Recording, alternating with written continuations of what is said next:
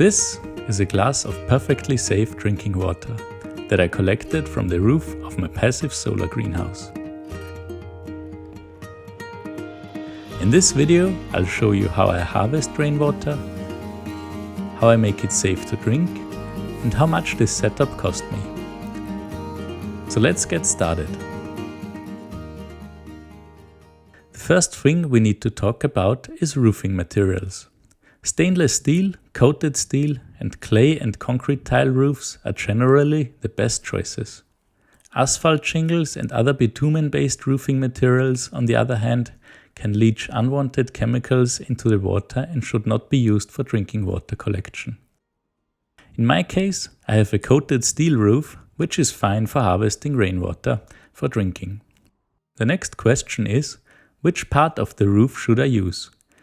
In my case, I only need a relatively small amount of drinking water, so I can choose the cleanest section of the roof.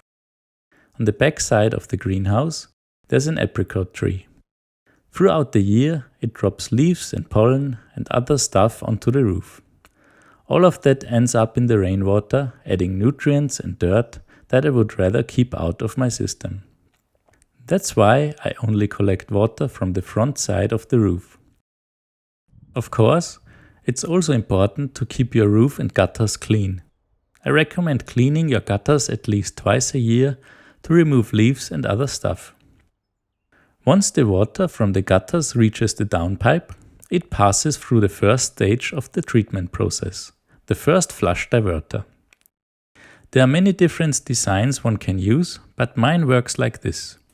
The rainwater flows into a vertical pipe that contains a floating styrofoam ball. As the pipe fills, the ball rises until it seals the top of the pipe. This traps the first few liters of rainwater, which contain most of the dust, bird droppings and other contaminants that have accumulated on the roof.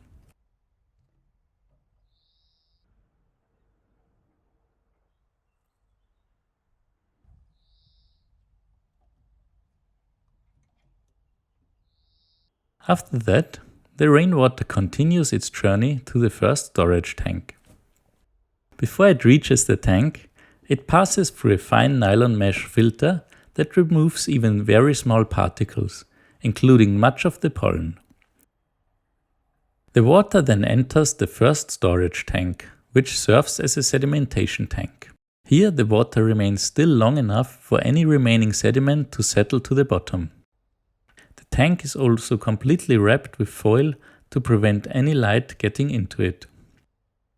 I also integrated a way to see how full the tank is. Once the tank is filled with water, I open this valve. It's positioned about 30 centimeters above the bottom of the tank, allowing me to draw water from the cleanest part of the tank. From there, the water flows into the main storage tank inside the greenhouse.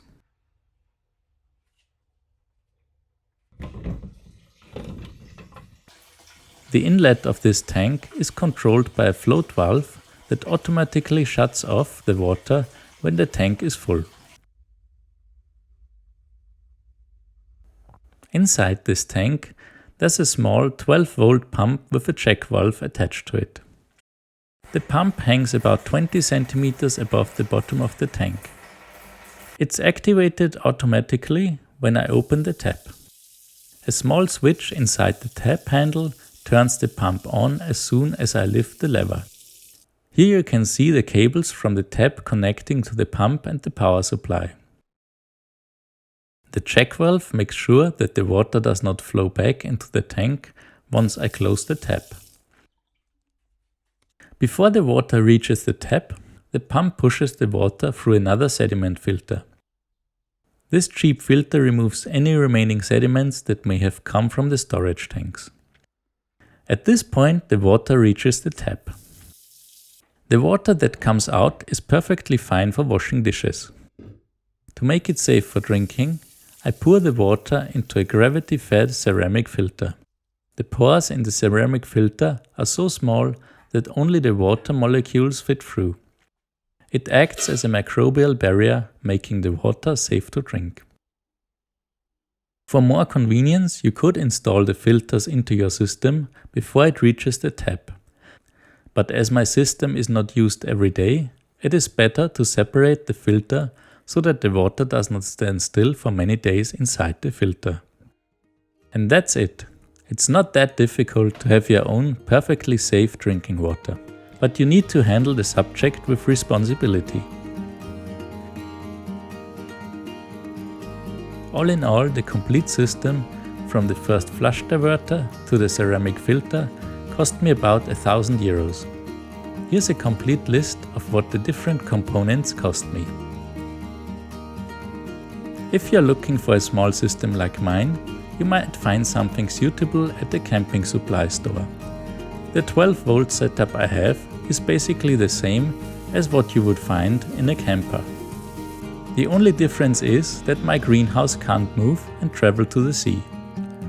But luckily it doesn't need to, as paradise is already surrounding it. I hope you found this video useful, and if you did, please leave a like and subscribe to the channel. I'd very much appreciate it. If you have any questions, feel free to ask in the comments. I will answer all of them. Thanks for watching and see you next time.